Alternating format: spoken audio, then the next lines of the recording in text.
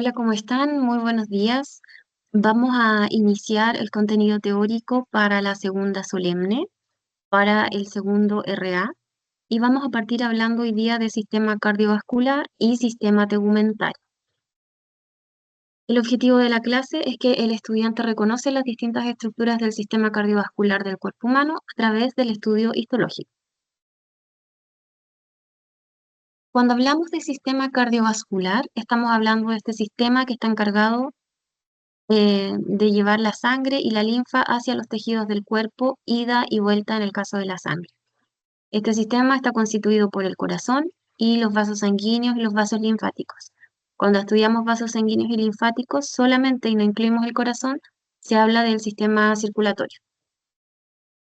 Acá estamos viendo una imagen, ¿cierto?, que representa el corazón. Estamos viendo las aurículas que están en estas cavidades en la zona superior y los ventrículos que van a ser las cavidades de la zona inferior, que son más grandes y que están separados, aurículas de ventrículos, por estas válvulas. Además estamos viendo las venas y las arterias que llegan hacia la zona del corazón. Entonces, cuando tenemos una circulación funcional, lo que tenemos es sangre que llega desde las venas cavas y que llega hacia la zona de la aurícula derecha. Desde la aurícula derecha pasa hacia la zona del ventrículo derecho. Esta es sangre que viene desde los tejidos, por lo tanto es sangre que necesita oxigenarse y va a pasar hacia la zona de las arterias pulmonares para llegar hasta el pulmón, donde se va a oxigenar. Esta circulación desde el corazón hacia el pulmón vía arterias pulmonares se conoce como circulación pulmonar o circulación menor porque es una distancia pequeña, ¿cierto? Luego que sea oxigenado, la sangre retorna al corazón vía venas pulmonares, ingresa por la aurícula izquierda, pasa al ventrículo izquierdo desde donde es bombeado hacia todos los tejidos vía aorta. Esta circulación se conoce como la circulación sistémica o circulación mayor porque recorre una distancia mayor.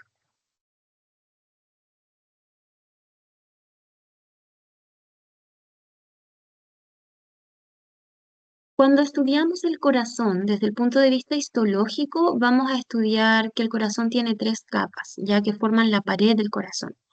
Acá estamos viendo un esquema en el que se ha seccionado la zona del ventrículo y nos permite ver entonces en este esquema que está ampliado en el rectángulo, vamos a ver estas tres capas: el endocardio, el miocardio y el epicardio. Estas son las capas del corazón que se estudian. El epicardio también se conoce como la hoja visceral de la serosa pericárdica o del pericardio seroso. Luego del epicardio viene aquí una cavidad que se conoce como cavidad pericárdica, que está llena de líquido seroso, y después viene algo que se conoce como pericardio o la hoja parietal de la serosa pericárdica o del pericardio seroso.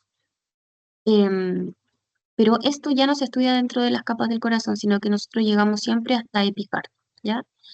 El corazón además tiene un esqueleto fibroso que está constituido por tejido conectivo denso y regular, y que este tejido fibroso va a formar los tabiques interauriculares, interventriculares y las válvulas. Cuando estudiamos el endocardio, la capa más interna, el endocardio se puede dividir en tres capas, a su vez. La capa interna o endotelial, que está formada por epitelio simple plano y que, como está en relación a tejido sanguíneo, se conoce como endotelio. Tiene una capa media o subendotelial, que es tejido conectivo denso, ojo, fibra elástica y algo de células musculares lisas. Cuando estudiamos los epitelios, dijimos que siempre abajo del epitelio hay tejido conectivo laxo. Sin embargo, en el endocardio eso está invertido. Hay epitelio, tejido conectivo denso, y después tenemos una capa de tejido conectivo laxo, que además tiene vasos sanguíneos, nervios y las fibras de Purkinje. ¿Qué son estas fibras de Purkinje? Son fibras musculares, cardíacas, pero que están modificadas porque su función principal no es generar contracción, sino que su función principal es conducir el impulso eléctrico hacia el tejido muscular cardíaco.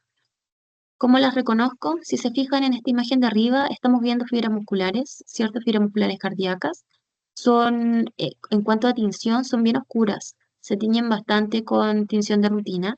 Sin embargo, en esa zona también vamos a ver unas células que son más pálidas. Estas células, cuando las vamos a mirar a mayor aumento, se ve que son células grandes. El núcleo también es central. Sin embargo, se ve distinta la coloración.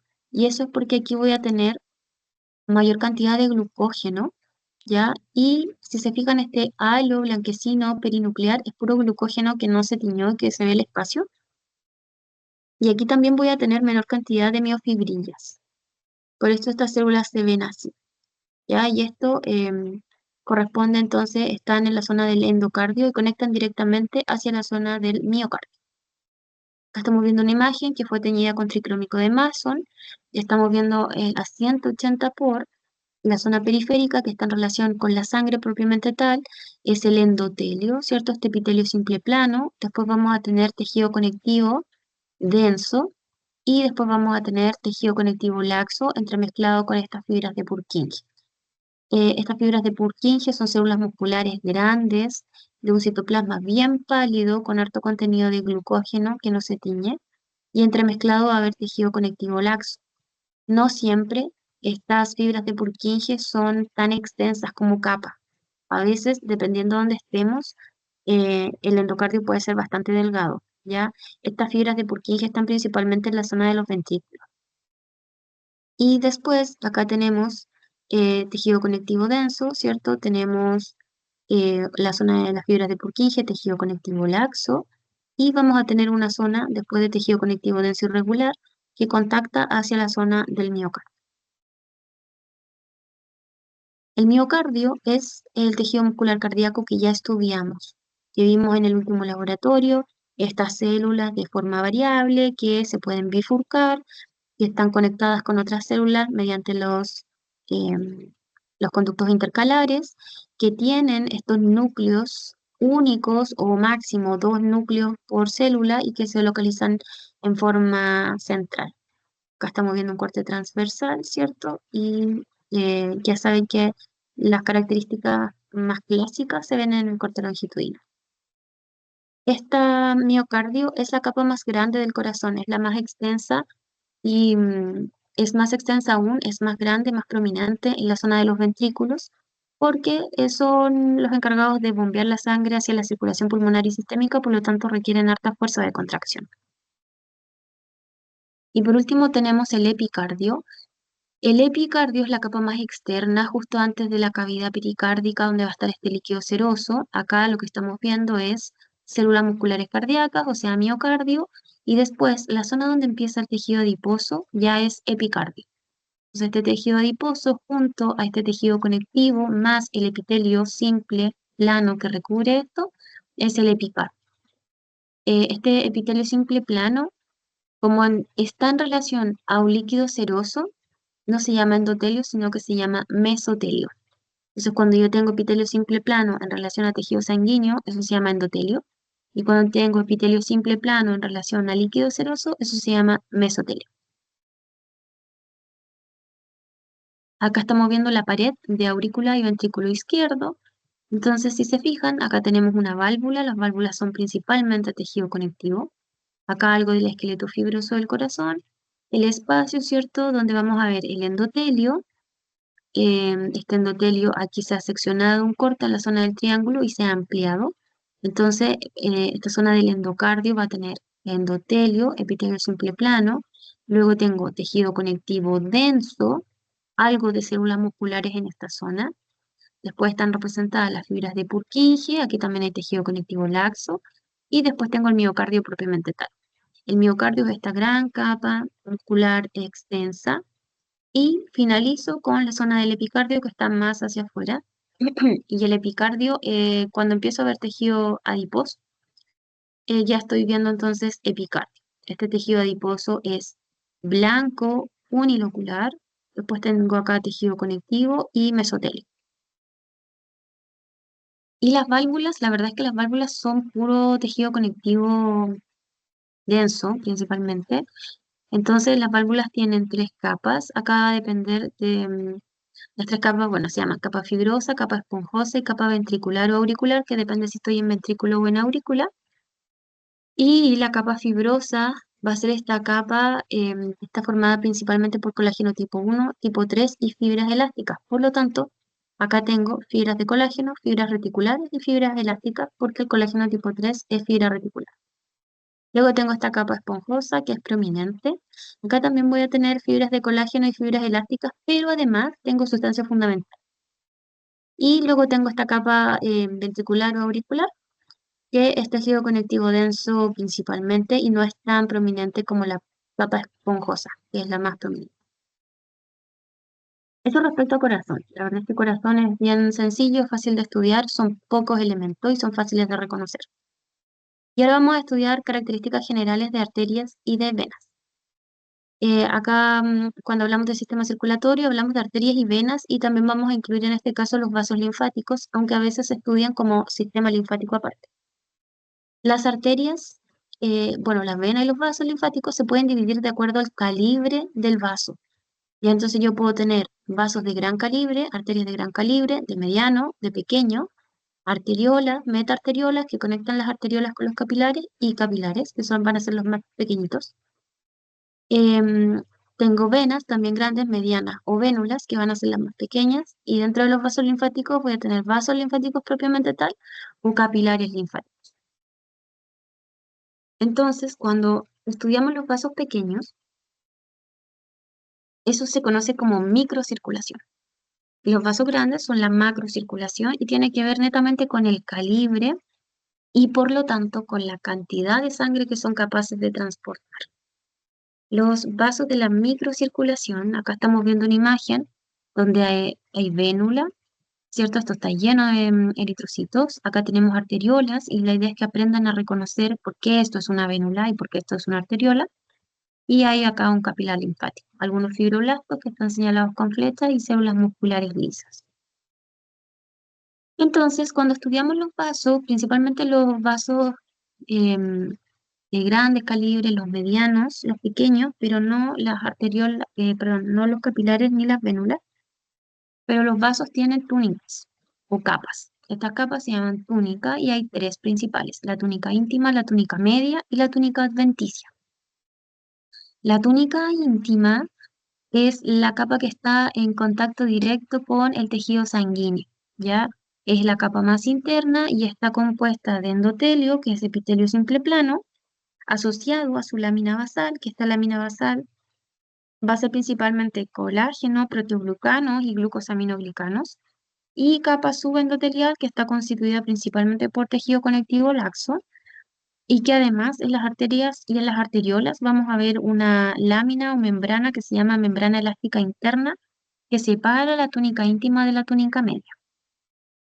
Después tenemos la túnica media, que está constituida principalmente por células musculares lisas que se organizan de manera circunferencial.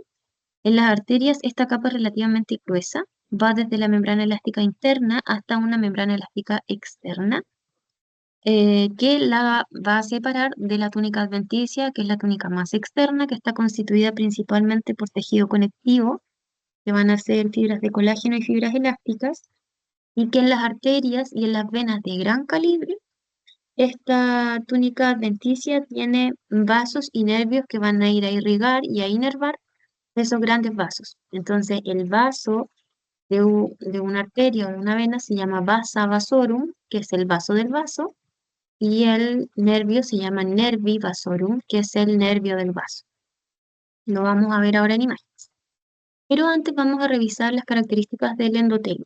Ustedes ya han visto endotelio en láminas histológicas en el laboratorio, este epitelio simple plano que forma los vasos, que nos permite reconocer fácilmente los vasos sanguíneos, y que en este caso estamos viendo que esto es tejido epitelial, por lo tanto aquí hay uniones intercelulares, las células están conectadas entre sí, em, la célula se organiza o se dispone en la misma dirección en que va el flujo sanguíneo. Ya, entonces el eje mayor de la célula está en relación con la misma dirección del flujo. Este endotelio está asociado a su lámina basal y ya dije, en arterias, arteriolas, vamos a ver estas láminas elásticas internas que son fenestradas, ¿cierto? Y que se ven claramente en el corte histológico y que componen la túnica íntima. La lámina elástica interna marca el inicio, la separación entre esta túnica íntima y la túnica media.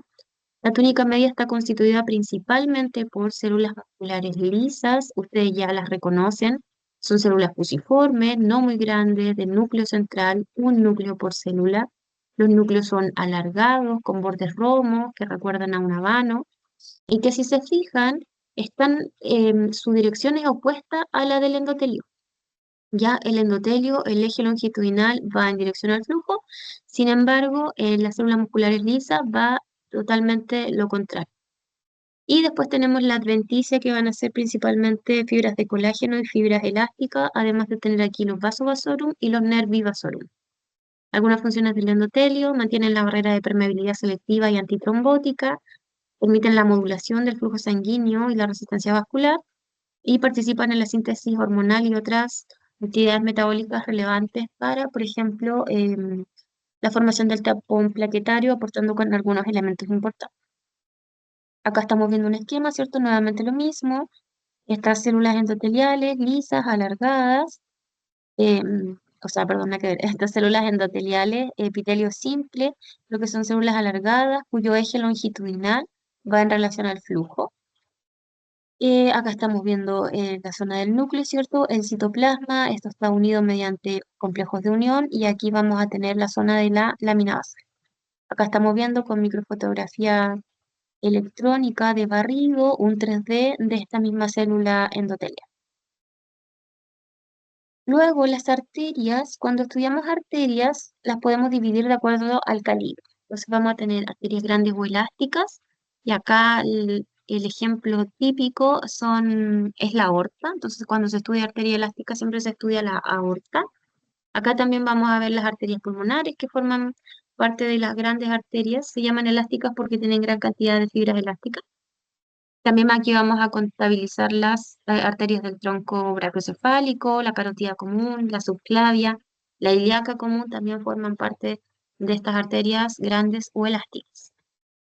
Las arterias medianas o musculares, no siempre es fácil distinguirlas de las arterias grandes, porque recuerden que estas van transicionando, ¿cierto? A medida que se van dividiendo, van cambiando el calibre. Entonces no siempre son fáciles de distinguir. Pero, ¿cómo saber si una arteria es mediana? Si tiene nombre, si se las enseñaron con nombre, es una arteria mediana. Si no está dentro de las que nombré, si no es la aorta, la pulmonar, la ilíaca, la subclavia, pero sí tiene nombre, entonces es una arteria mediana. Luego, las arterias pequeñas no tienen nombre en general, y las arteriolas, los capilares, menos. ¿Cómo distinguir una arteria pequeña de una arteriola? Las arterias pequeñas en la túnica media, donde están estas células musculares lisas, tiene hasta 8 capas de células musculares lisas, y una arteriola tiene 1 a 2 capas de células musculares lisas. Entonces acá estamos viendo una arteria grande o arteria elástica con sus túnicas: túnica media, túnica íntima, media y adventicia.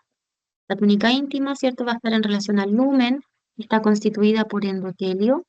Tiende a hacer esto acá en estas arterias elásticas, y en general también lo vamos a ver en arterias y arteriolas que tienden a ser un poco festoneadas o a tener esta ondulación porque tiene fibra elástica, ¿ya? Y eso hace que tenga esta ondulación. Luego la túnica media, que es prominente, es extensa, es la túnica más grande en estas arterias elásticas. Y acá vamos a ver laminillas elásticas entremezcladas con fibras musculares lisas. Entonces, todo lo que estamos viendo como festoneado u ondulado son las laminillas elásticas. Y finalmente, hacia la zona inferior tenemos la túnica adventicia, principalmente tejido colágeno. También aquí va a haber algo de fibra elástica. Y vasos sanguíneos, que son los vasovasorum, o sea, los vasos del vaso. La túnica íntima de las arterias elásticas es relativamente gruesa en comparación con otros vasos. Acá vamos a ver endotelio, ¿cierto?, con su lámina basal, estas células planas. En el citoplasma van a tener esto que se conoce como cuerpos de Weibel-Palade, que son importantes porque contienen el factor de von Willebrand, que me interesa que ya vayan conociendo el nombre, porque el factor de von Willebrand, por si no lo han escuchado hasta ahora, cuando es liberado hacia el torrente sanguíneo, se une al factor 8 de la coagulación y participa en la agregación plaquetaria. Por lo tanto, participa de la coagulación. Por lo tanto, me interesa que ya vayan conociendo el nombre para que después les sea familiar cuando vean coagulación en fisiología. En la zona de la lámina basal vamos a ver uniones entre las células. Recuerden que esto es epitelio, por lo tanto tiene células ocluyentes y uniones comunicantes. En la zona subendotelial vamos a ver tejido conectivo, principalmente colágeno y fibras elásticas. También va a haber células musculares lisas. En esta zona va a haber sustancia fundamental, colágeno, fibras elásticas. Puede haber macrófagos. Y la membrana elástica interna no siempre es fácil de distinguir porque hay muchas láminas elásticas o laminillas elásticas, por lo tanto, la primera que aparece, digamos, va a ser la membrana elástica interna o lámina elástica interna, también se llama. La zona de la túnica media de las arterias elásticas consiste en capas de células musculares lisas que van a ir en una dirección opuesta a las de las células endoteliales. Y aquí esto va a estar separado por estas laminillas elásticas. En el caso de las arterias elásticas, esta es la capa más prominente, ¿cierto? Ya lo vimos, acá vamos a ver principalmente elastina, estas laminillas están fenestradas y esto permite que el vaso tenga permeabilidad y permite la difusión de las sustancias, ¿cierto? La cantidad y el espesor de estas laminillas es variable y está en relación con la edad. Cuando nacemos no tenemos laminillas elásticas, pero a medida que vamos envejeciendo empiezan a aparecer en los grandes vasos. Y después vamos a tener también células de músculo liso, que están distribuidas en capas de células que son fusiformes, ustedes ya las conocen, están rodeadas de una lámina externa o lámina basal, excepto en la zona donde se comunican con las otras células que están unidas mediante uniones comunicantes. Y estas células musculares lisas son las encargadas de sintetizar el colágeno, la elastina y otras moléculas de la MEC que van a estar en esta zona. ¿Ya? Acá no hay fibroblastos. Es la célula muscular lisa la que se hace cargo de la secreción de estos componentes. Y también vamos a ver fibras de colágeno y sustancia fundamental. ¿Qué es sustancia fundamental? Principalmente proteoglucanos, ya dije, sintetizados por las células musculares lisas. Y finalmente la túnica adventicia es la capa más externa, esto es tejido conjuntivo. En este caso, en las arterias elásticas es relativamente delgada si la comparamos con la túnica media, ¿ya? Se dice que no alcanza a ser tan gruesa como la mitad del grosor de la túnica media. Acá vamos a ver principalmente colágeno, fibras elásticas que están menos organizadas, estas fibras elásticas están menos organizadas que la zona de la túnica media, y como cuando vimos fibras del tejido conectivo y vimos fibras elásticas y fibras de colágeno, yo les dije que suelen estar entremezcladas porque el colágeno lo que hace es contener un poco la distensión, que este vaso, que es un vaso grande, pensemos en la aorta, no puede expandirse eternamente, sino que tiene un máximo, un lumen máximo, y eso está mediado por las fibras de colágeno.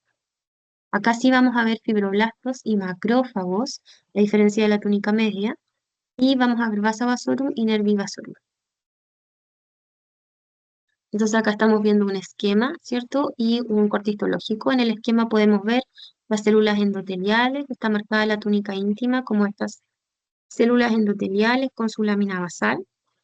Acá va a haber algo de tejido muscular liso, y lo que estamos viendo en amarillo es la lámina elástica interna.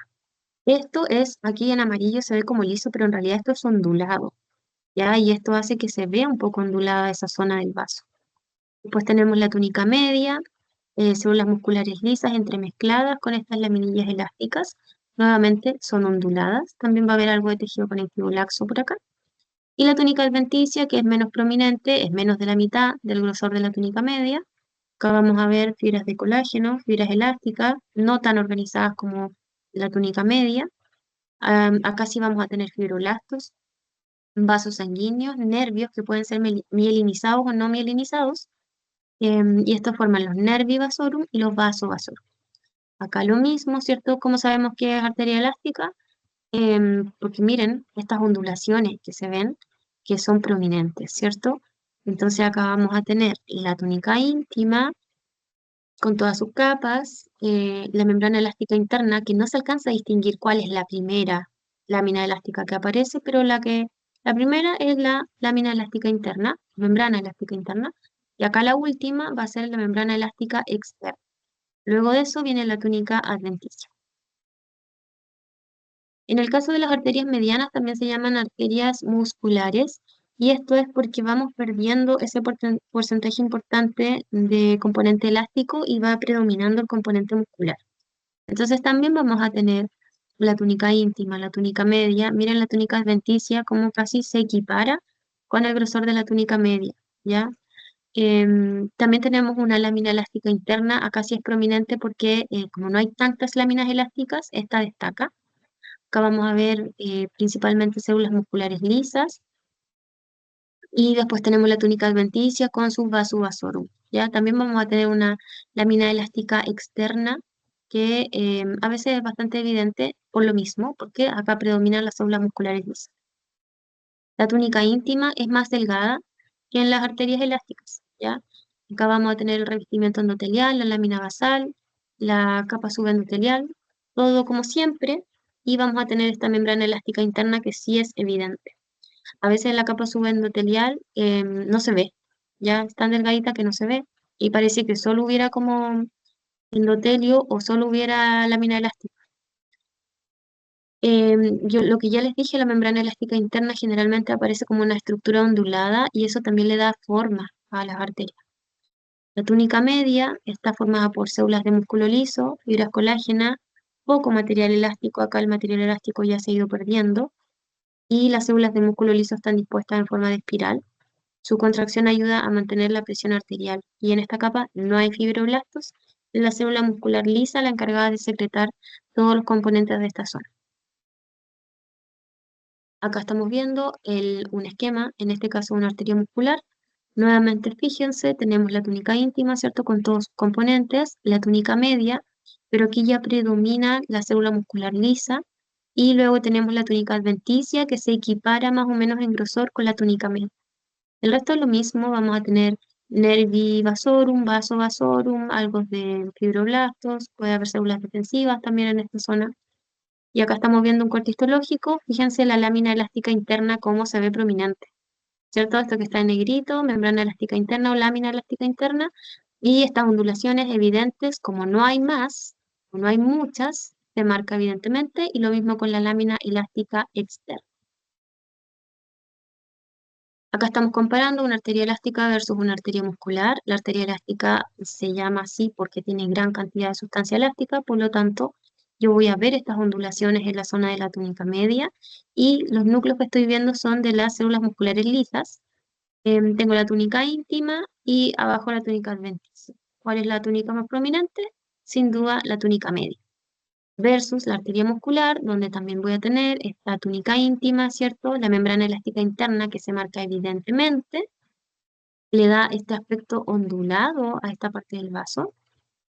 Acá tengo principalmente células musculares lisas, miren los núcleos de las células alargados, bordes romos, acá estas están contraídas, por lo tanto se ven con este aspecto ondulado como de tirabuzón o de sacacorcho, y al final la túnica adventicia.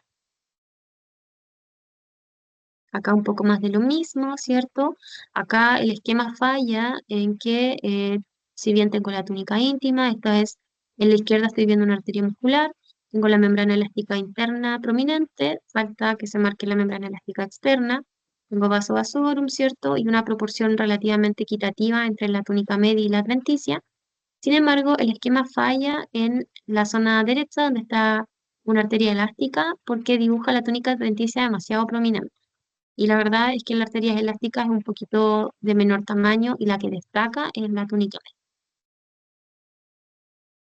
Y cuando hablamos de arterias pequeñas, arteriolas, capilares, para poder diferenciarlos hay algunas características importantes.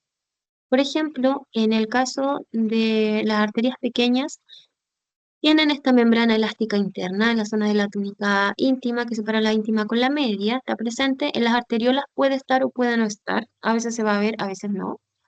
La túnica media está constituida hasta 8 capas de células musculares lisas en una arteria pequeña, versus en una arteriola que va a ser una o dos capas, ¿ya? Entonces acá estamos viendo una arteria pequeña, ¿cierto? Y yo tengo que ir a mirar. Acá se ve la membrana elástica interna, se ve más prominente esta zona más negrita. Obviamente que si yo esto lo fuera a mirar con mayor aumento, la voy a ver más evidente. Después tenemos esta zona de la túnica media con hasta 8 capas de células musculares y después tenemos la adventicia. Ambas se parecen en las zonas del endotelio, ¿cierto? Esto de que al microscopio electrónico pueden verse uniones comunicantes, la verdad es que nosotros en el microscopio óptico no lo vamos a ver. Y en el caso de la túnica adventicia, esta va a ser una delgada vaina conjuntiva que va a estar mal definida y que se va a perder a veces con el tejido conectivo subyacente, y eso va a pasar en ambas. Estamos viendo arterias pequeñas y arteriolas. Fíjense en esta imagen de la derecha, donde estamos viendo arteriolas, ¿cierto? Ya sabemos que las arteriolas tienen hasta dos capas de células musculares lisas. Entonces yo veo, lo que estoy viendo es al centro, lo blanco, el lumen. Luego los núcleos que aparecen ahí son de los endoteliocitos, es endotelio, y hacia afuera tengo dos capas de células musculares lisas. Como tengo dos capas solamente, yo sé que estoy frente a una arteriola y no frente a una arteria pequeña. Después vamos a ver las características de las vénulas, ¿ya? Y acá tenemos otra arteriola, pero que fue tomada en un corte longitudinal. Vemos los núcleos de los endoteliocitos alargados, epitelio simple plano, delimitando en la zona de la periferia. Y después tenemos los núcleos de las células musculares lisas, que se ven redonditos porque acuérdense que están en distinta dirección. Los endoteliocitos van en la dirección del flujo y las células musculares lisas van en el otro sentido. Por lo tanto, si yo veo el endotelio alargado, voy a ver la célula muscular lisa redondita. Acá estamos viendo arterias de pequeño calibre. Miren la membrana elástica interna, cómo se marca, bonita, le da este aspecto ondulado. Y esto me permite diferenciar arterias de venas o de vénulas, sobre todo cuando son más chiquititas. Si es más ondulada es porque tiene membrana elástica interna y eso es propio de arteria, y no tanto de venas, ¿ya? Luego tenemos la túnica media y la túnica adventicia. Acá lo mismo, ¿cierto? Membrana elástica interna, prominente, evidente, que le da este aspecto ondulado o festoneado. Túnica media, esta túnica media va a estar constituida por hasta 8 capas de células musculares lisas, por lo tanto, yo sé que estoy frente a una arteria de pequeño calibre y no una arteriola, porque esta pared es demasiado prominente. Y después tengo la adventicia hacia afuera. Y por último, los capilares. Los capilares son los vasos más pequeñitos. Acá los capilares están constituidos principalmente por el endotelio y lámina basal. Y no hay más. Ya aquí no hay túnica íntima, media, adventicia, no. Solamente endotelio y lámina basal. Y existen distintos tipos de capilares. Tenemos los capilares continuos, que se llaman así porque no tienen fenestraciones. Fíjense acá el capilar, estamos viendo estas células endoteliales, la lámina basal, las células endoteliales en dirección al flujo. Lo que estamos viendo acá es un pericito. Nosotros ya vimos pericitos, acuérdense que los pericitos son estas células madre que rodean al vaso sanguíneo y que están revestidos por su lámina basal. Em, y la célula endotelial propiamente tal. Miren el tamaño del eritrocito. Un eritrocito mide aprox 7 micrómetros, entonces acá los eritrocitos caben de a uno. Los capilares pueden ir en filita, pero no caben dos eritrocitos uno al lado del otro porque el calibre del vaso no da. Ya este endotelio es continuo. Acá se ve como separado porque en realidad nos están mostrando las distintos tipos de células, pero estas células están unidas entre sí. Entonces se llaman capilares continuos porque son continuos. Tanto la lámina basal como el endotelio son continuos. ¿Dónde lo vamos a ver? En el tejido conectivo, el músculo cardíaco, esquelético, el músculo liso, piel, pulmones, etc. Después tenemos los capilares fenestrados. Estos generalmente se encuentran en sitios de absorción de líquidos o metabolitos. Acá las fenestraciones ocurren en la célula endotelial. Ya si se fijan, esta célula endotelial que es rosadita está fenestrada. Esto permite el traspaso de sustancias de determinado tamaño y eso hace que sea muy permeable este tipo de capilar. ¿Ya? Sin embargo, la lámina basal es continua. La lámina basal no tiene interrupciones y acá nuevamente esta célula que estamos viendo aquí como pegada al capilar es un pericel. Y los capilares discontinuos se llaman así porque tanto el endotelio como la lámina basal son discontinuos. ¿Ya? Y esto lo vamos a ver principalmente en los sinusoides o capilares sinusoidales que están en la zona de la médula, principalmente, pero también están en el hígado y en el vaso. Y obviamente que son así porque la función que cumplen en la zona requiere que tengan esta estructura. Cuando nosotros vemos capilares en la HE, no se nota si es capilar continuo, fenestrado o discontinuo, ¿ya? Un punto importante que no dije, que se me olvidó, es que los capilares discontinuos permiten el paso de plasma, ¿ya? Versus estos capilares fenestrados, que como la lámina basal es continua, aquí no permiten el paso de plasma, ¿ya? Pero en el capilar discontinuo sí ocurre. Y acá estamos viendo una tabla que resume, esta tabla está creo que en el ROS por si la quieren ver en mejor calidad, Esta tabla resume las características principales de las arterias grandes o elásticas, las arterias medianas o musculares, las arterias pequeñas, las arteriolas. Acá no nombra las metaarteriolas y faltan los capilares, o sea, y menciona los capilares. Acá está el diámetro, no es necesario que se aprendan los diámetros, sí que sepan cuáles son los componentes de una arteria elástica, mediana y cómo diferenciar entre arterias pequeñas, arteriolas y capilares. Luego, cuáles son los componentes de la túnica íntima, media y adventicia, y esto yo ya lo fui nombrando a medida que íbamos conversando de las distintas capas. Luego tenemos las venas. Las venas también van a tener estas túnicas íntimas, medias y adventicias, excepto las vénulas. Sin embargo, acá no están tan organizadas ni son tan marcadas como en las arterias. ¿Ya? Si uno quiere estudiar túnicas, es mejor hacerlo en las arterias. Acá vamos a tener venas grandes, medianas, pequeñas y vénulas, ¿ya? Y esto va a depender del diámetro y las vénulas se van convirtiendo en venas pequeñas, en venas medianas, en venas grandes, a medida que se va aumentando el diámetro. Entonces, las vénulas y las venas pequeñas, las vénulas se dividen en dos. Tenemos vénulas postcapilares y vénulas musculares. Al microscopio óptico es difícil saber, la verdad es que vamos a ver vénulas solamente. La diferencia es que las vénulas capilares tienen endotelio con lámina basal y pericitos, y lo que hacen es conectar la sangre, recogerla desde la zona capilar, y las vénulas musculares tienen túnica media y adventicia y no tienen pericito. Esto a veces sí se puede ver en el corte y a veces no, ¿ya? Las venas pequeñas, las vénulas tienen paredes más delgadas que las arterias y las arteriolas y calibre mayor, ¿ya? Entonces eso nos hace que sean fáciles de distinguir en la histología. En los ganglios linfáticos, las vénulas se denominan vénulas endoteliales altas o VEA porque aquí no va a haber un endotelio simple plano, sino que son células cúbicas o cilíndricas. Y las venas pequeñas tienen las tres túnicas y sí se pueden reconocer con H. Entonces acá estamos viendo una vénula. Fíjense cómo las paredes son muy delgadas. Acá tengo este epitelio simple plano. El calibre del vaso es mucho más grande que estas arteriolas que estoy viendo acá. Fíjense, ¿cómo sé que son arteriolas? Bueno, tengo un lumen, tengo endotelio y tengo dos capas de células musculares lisas. Acá lo mismo, tengo una capa de células musculares lisas y acá en esta vénula tengo paredes que son más delgadas, pero un calibre mayor. Entonces, yo si veo esto sin que tuviera la B corta aquí, sin que tuvieran las letras, si yo veo esto, yo tiendo a pensar que esto es una vénula porque tiene un calibre demasiado grande y paredes muy delgaditas. Las venas medianas tienen un diámetro de hasta 10 milímetros. La mayoría de las venas profundas que acompañan a las arterias son venas medianas, por ejemplo, las que están mencionadas acá, entre muchas otras. Las venas se caracterizan porque tienen válvulas, ¿ya? Las válvulas nos van a permitir que la sangre solo vaya en un sentido y no se regrese hacia las zonas inferiores por gravedad.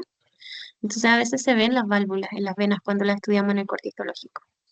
Acá también vamos a tener túnica íntima, media y adventicia, que están constituidas por endotelio, lámina basal, esta capa subendotelial que tiene células musculares lisas, algunas, o sea, me refiero a que tiene algunas células musculares lisas, no tantas, no son tan prominentes, y tienen la membrana elástica interna fina y discontinua a veces, no siempre. Por eso esta membrana elástica interna nos permite diferenciar un poco entre venas y arterias. La túnica media es más delgada que en las arterias medianas. Ya aquí también vamos a ver células musculares lisas que están dispuestas circularmente. Hay fibras de colágeno y fibras elásticas y células musculares en dos disposiciones, digamos más circunferenciales y más longitudinales. Y la zona de la adventicia es más gruesa que la túnica media y va a tener fibras de colágeno y redes de fibras elásticas. ¿Ya? Y la túnica adventicia como prominente es característica de las venas, no de las arterias. Entonces acá estamos viendo venas medianas. Nuevamente tenemos túnica íntima, túnica media, túnica adventicia. Y la adventicia destaca por ser prominente respecto a la túnica media, cosa que no pasa en las arterias. Ya máximo la arteria elástica, la túnica adventicia es de menor tamaño y en la arteria muscular la adventicia es del mismo tamaño que la media, pero acá no. Acá la túnica adventicia es mayor, túnica media tiene solo células musculares lisas, aquí no vamos a ver fibrillas elásticas intercaladas. Fíjense como en la túnica íntima se dibujó en amarillo algunas zonas de membrana elástica interna, pero la verdad es que esta no es ni evidente ni prominente, ni siquiera es continua, ¿ya? Y acá en la túnica adventicia un poco de fibras elásticas, ¿cierto? Células musculares lisas, hay algunos fibroblastos, células defensivas como el macrófago, nervi vasorum, ¿cierto? Nervios no mielinizados en este caso, vasos sanguíneos, que son los vasos vasorum. Acá estamos viendo lo mismo, ¿cierto? Túnica íntima, delgada, discreta, no se ve membrana elástica interna, túnica media, también discreta, y túnica adventicia prominente. Acá estamos viendo venas grandes. En estas venas grandes vamos a tener este revestimiento endotelial. Fíjense aquí lo que llama la atención es que estamos viendo una válvula. Entonces, esta válvula ya sabemos que nos encontramos en zona de vena. Vamos a tener túnica íntima, ¿cierto? Túnica media, poco prominentes y la adventicia de gran tamaño. Acá estamos viendo otro esquema. Nuevamente células endoteliales, túnica íntima. Esto no cambia, lo que cambia son las características de las túnicas, pero las túnicas siguen siendo las mismas. Ya, túnica íntima, túnica media, túnica adventicia. La túnica adventicia prominente con abundantes células musculares lisas, vaso vasorum, nervi vasorum, fibroblastos, puede haber también macrófago en esta zona. Y acá nuevamente, fíjense, el endotelio no se ve, sí se ve un poco ondulado, pero no se ve prominentemente una membrana elástica interna. Em, Luego tenemos esta túnica íntima, pequeñita, túnica media, también un poco prominente, células musculares lisas, principalmente, miren los núcleos, ya alargados, algunos más ondulados, con bordes romos, y la túnica adventicia prominente con células musculares lisas en distintos tipos de corte. Acá una comparación entre una arteria muscular, que es la de la izquierda, y una vena que la va a ir acompañando en el trayecto de la circulación. Entonces, acá sí vamos a tener membrana elástica interna prominente, una capa media importante, una adventicia que no le hace el peso a la túnica media, versus la vena que vamos a tener una íntima bien discreta, no, generalmente no tienen membrana elástica interna, no es característico, esta túnica media y túnica adventicia prominente, extensa, de mucho mayor tamaño que la media. Acá una comparación entre los distintos vasos. Ya dijimos, ¿cierto?, que las vénulas no tienen las capas, en realidad tienen endotelio y pericitos y no hay más. Desde las vénulas musculares en adelante sí vamos a tener las tres capas. ¿Cómo distinguir entre arterias, capilares, vénulas? Y acá puse también la metaarteriola, a pesar de que el ROS no menciona la metaarteriola. Para distinguir la arteriola es lumen, acá justo estamos viendo eritrocitos en el interior, endotelio. Acá fíjense cómo se ve la membrana elástica interna y vamos a tener una o dos capas de células musculares lisas y nada más. La metaarteriola es lumen, también tiene eritrocitos en su interior. Acá tenemos endotelio, una célula endotelial y una célula muscular. Ya aquí no vamos a tener capas de células, no. Una célula muscular, una célula endotelial. En el caso de los capilares, lumen, también estamos viendo eritrocitos, y tiene solo una célula endotelial. No tiene célula muscular, no tiene nada más. El otro núcleo que estamos viendo acá asociado a esta célula endotelial es el pericito, ya que está acompañando al capilar. Pero no vamos a ver ni siquiera un núcleo de célula muscular. Si están viendo un núcleo de célula muscular, entonces ya no es capilar, es metaarteriola. Acá estamos viendo un corte longitudinal y fíjense lo angosto del calibre que los eritrocitos tienen que ir uno detrás del otro. Y en el caso de la vénula, si vemos muchos endoteliocitos o células endoteliales, lo más probable es que estemos en vénula. El calibre es mayor, son más grandes que las metaarteriolas o que los capilares, incluso que las arteriolas, y no va a tener capas de células musculares lisas. Aquí yo voy a ver muchos endoteliocitos en un calibre grande y entonces yo sé que estoy en vénula en paredes que son delgadas, ¿ya?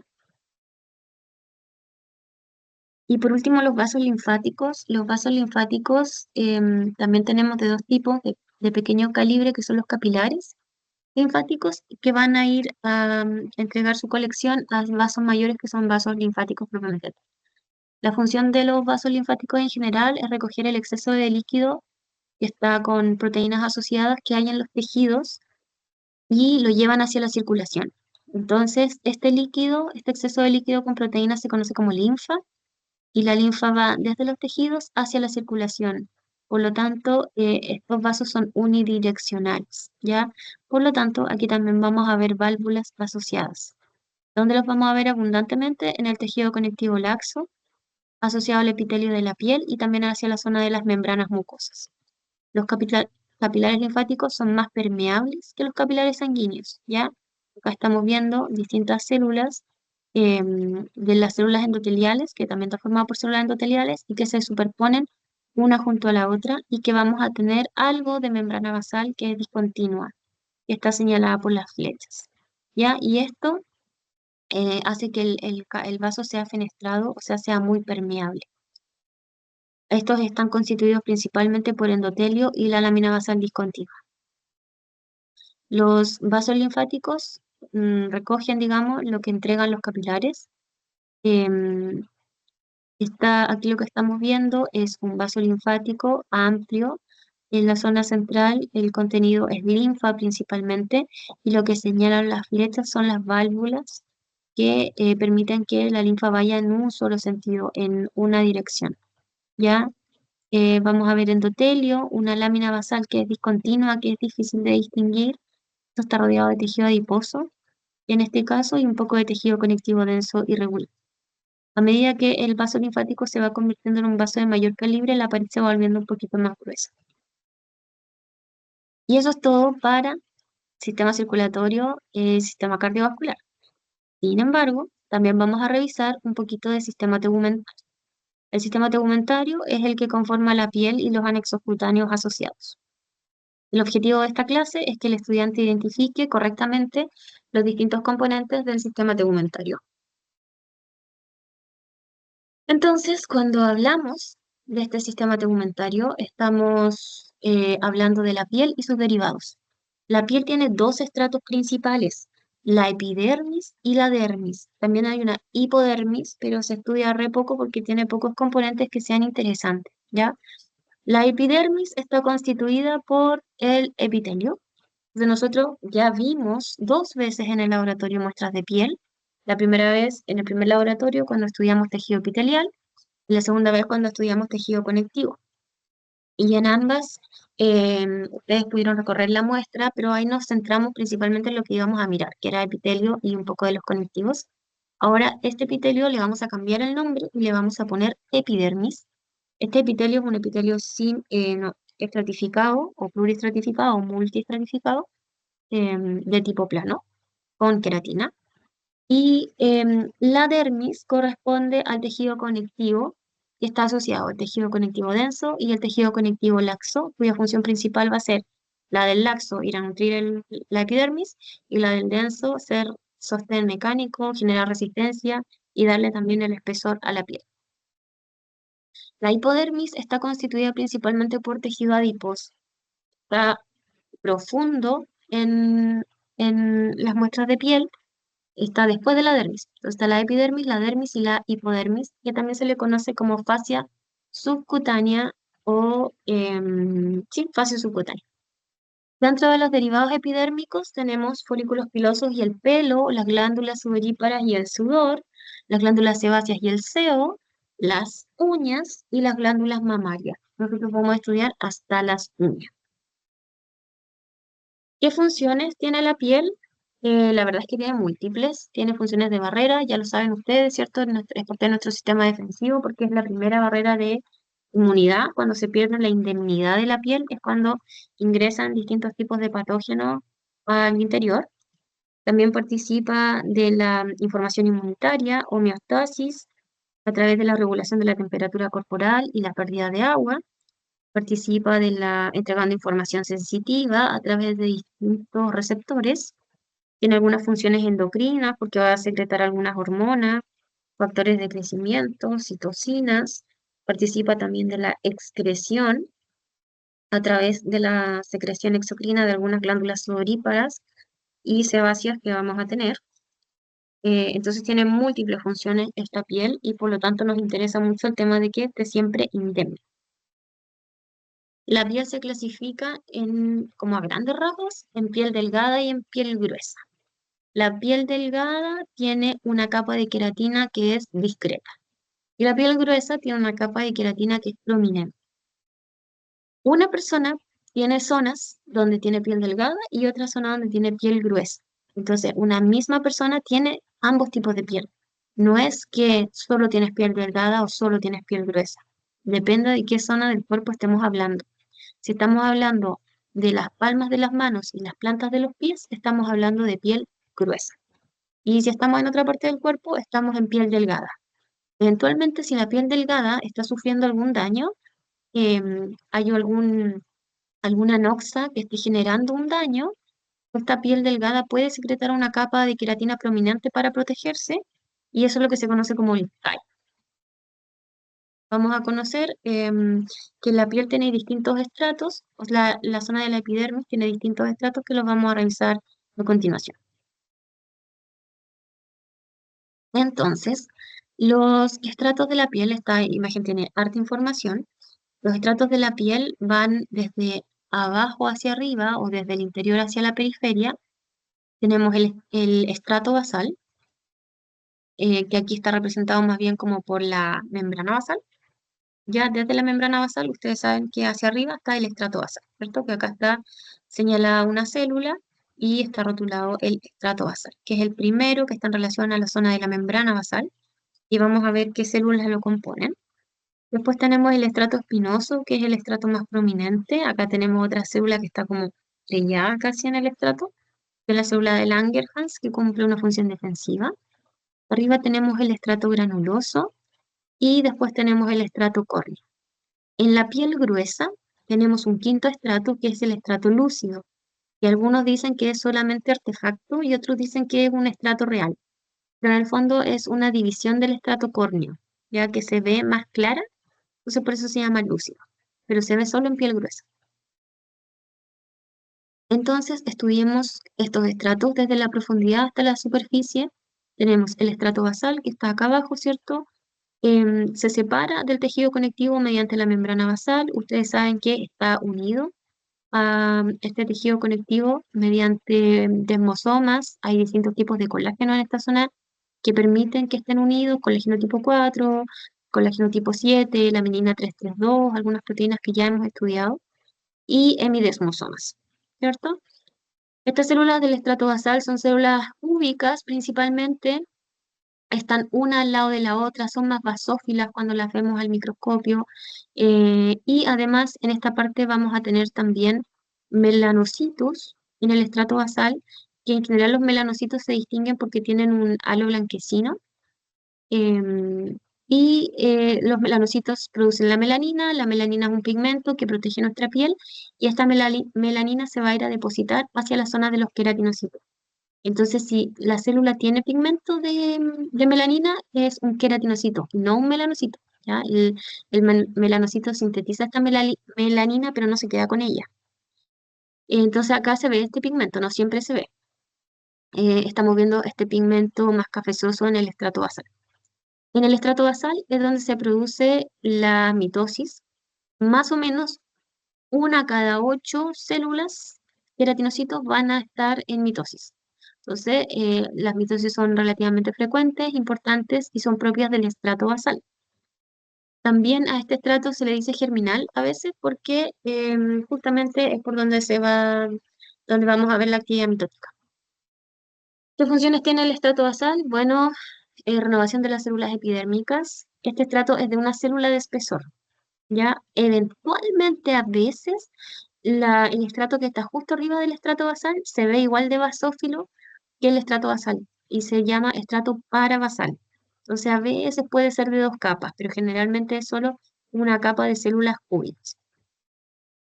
Y ya dije, ¿cierto? Están unidas las células por hemidesmosomas hacia la zona del conectivo, pero entre ellas están unidas por desmosomas. Después tenemos el estrato espinoso. El estrato espinoso es un estrato prominente. Aquí las células ya no son cúbicas, son poligonales. Y se llama espinoso porque aquí, si se fijan, se ven como espinitas entre las células, ¿ya? Miren la forma de la célula. Acá yo sí puedo seguir el citoplasma de la célula. Yo veo la forma. Estas espinitas corresponden a desmosomas. Los desmosomas se ven en esta parte, con muy poco detalle, pero se alcanzan a ver estas uniones entre las células, que son los desmosomas, y por eso se le puso estrato espinoso, y fíjense cómo la célula ya no es para nada cúbica, sino que ha ido cambiando su forma. Aquí hay una zona, más que una zona, un nombre que se le ha dado a estos desmosomas prominentes, que es el nodo de Visocero, ya que son estos desmosomas prominentes, nada más. Cuando la célula nace en el estrato basal es la célula más inmadura y a medida que va ascendiendo va madurando, ¿cierto? Y va cambiando sus características, por eso va cambiando de forma. Acá estamos viendo nuevamente dos cortes muy bonitos. Fíjense las células poligonales, esto es estrato espinoso. Miren la forma de la célula. Aquí el núcleo se ve, o sea, perdón, el citoplasma se ve bastante basófilo. Núcleo un poco más claro, prominente, nucleolo también prominente. Y esta zona, estas espinitas que se conocen como el nodo de Visocero, sí, nodo de Visocero, son estos desmosomas, ¿ya? Ustedes ya saben el tipo de uniones que corresponden a los desmosomas. Luego tenemos el estrato granuloso. El estrato granuloso es menos prominente que el estrato espinoso, tiene desde una hasta tres células de espesor. Se llama granuloso porque si se fijan, aquí las células se ven como puntiformes y en el citoplasma se ven como gránulos. Acá tenemos un rectángulo a mayor aumento donde se están señalando en la parte superior, esta punta de flecha está señalando el estrato granuloso y estas células mayores están señalando los linfocitos. Se denomina estrato granuloso porque aquí lo que vamos a tener es gránulos de queratohialina. Y estos gránulos de queratohialina tienen cistina e histidina, que son precursoras de la filagrina. Y la filagrina lo que hace es compactar los filamentos de queratina para que se comience a secretar gran cantidad de queratina y finalmente la célula muera como queratinocito. Cuando una célula ya tiene filagrina en su interior, entonces se reconoce que ha iniciado su proceso de apoptosis. Este es un proceso más complejo, pero que no lo vamos a estudiar, lo vamos a dejar hasta ahí. Tienen que saber que el estrato granuloso tiene estos gránulos de queratohialina que van a permitir que se forme finalmente la filagrina y que cuando ya una célula tiene filagrina, se reconoce que ha iniciado su proceso de apoptosis y que va a morir eventualmente como este estrato córneo que se desprende. El estrato córneo son estas células que perdieron sus núcleos, perdieron todos sus organelos y están listas para desprenderse de forma descamativa, obviamente de a poco, de a una, no todas, no se desprende todo el estrato córneo, sino que es un proceso descamativo y de a poquito. Se dice que las células del estrato córneo son las células más diferenciadas de la epidermis y están aquí, ya perdieron núcleo, perdieron organelo y están casi por completo llenas de filamentos de queratina. Acá estamos viendo la placa completa, ¿cierto? Estrato basal de células cúbicas, una al lado de la otra, unidas entre sí por desmosomas, unidas hacia la zona del conectivo por hemidesmosomas. Fíjense cómo se ve la melanina, este pigmento café, ¿cierto? Que está en la zona de los queratinocitos. Si veo células que tienen un halo blanquecino perinuclear, em, más que perinuclear, pericelular, lo más probable es que sean melanocitos, ¿ya? Acá lo mismo, ¿cierto? Una cada 8 células del estrato basal va a estar en mitosis y el estrato basal lo que va a hacer es estar proveyendo continuamente de células para que vayan ascendiendo hacia los estratos superiores. Luego tenemos el estrato espinoso, que es el más prominente. Acá se llama espinoso porque se ven los desmosomas. Y la célula ya ha comenzado sus procesos de cambio, ya no es tan cúbica, es más poligonal, y comienza a ascender hacia la zona superior hasta llegar al estrato granuloso. Se llama así porque se ven estos gránulos de queratohialina. Y finalmente el estrato córneo, cierto que se va desprendiendo de manera descamativa. Luego tenemos la dermis. La dermis es la zona del tejido conectivo, que ya la vimos, La fuimos a estudiar con detalle cuando vimos tejido conectivo, sin embargo ahora le vamos a cambiar nombre y le vamos a llamar dermis. La dermis, perdón, tiene uniones que se conocen como uniones dermoepidérmicas, que es la unión entre la dermis y la epidermis, ¿ya? Y aquí yo puedo ver dos tipos de papilas que se forman. Las papilas dérmicas, que van a ser este tejido conectivo que ingresa hacia la zona del epitelio. En realidad no es que ingrese, pero como que se invagina, ¿cierto? Pero esto sigue estando separado por la zona de la membrana basal. Esta zona, estas invaginaciones de tejido conectivo se conocen como papilas dérmicas, em, que se producen hacia el epitelio. Y estas papilas que van desde el epitelio, que se invaginan hacia la zona del tejido conectivo, son las crestas epidérmicas o crestas interpapilares. Entonces, esto permite que el epitelio esté interdigitado y eso ayuda a la unión, ¿cierto? Entonces voy a ver esto normalmente, estas crestas epidérmicas y estas papilas dérmicas que están interconectadas. Acá ya sabemos que hay uniones de tipo hemidesmoso. La dermis, a su vez, se puede dividir en dos, la dermis papilar y la dermis reticular. La dermis papilar es lo que conocemos como tejido conectivo laxo. Es la capa más superficial, la que está en relación al epitelio, es tejido conectivo laxo justo debajo de la epidermis. Tiene colágeno tipo 1, colágeno tipo 3, y esto a medida que aumenta la edad, aumenta el colágeno tipo 3. Acá vamos a ver que las fibras no forman haces gruesos y es una zona muy celular porque son las características propias del tejido conectivo laxo. Luego, la dermis reticular responde a las características propias del tejido conectivo denso. Entonces se encuentra más profunda luego de la dermis papilar, tiene un espesor variable, pero en general es bastante grueso, tiene menos células que la dermis papilar, se caracteriza por formar haces gruesos e irregulares de fibras de colágeno, principalmente colágeno tipo 1 y algo de fibra elástica. O sea, lo mismo que el colágeno denso irregular, que en este caso en piel se va a llamar dermis reticular.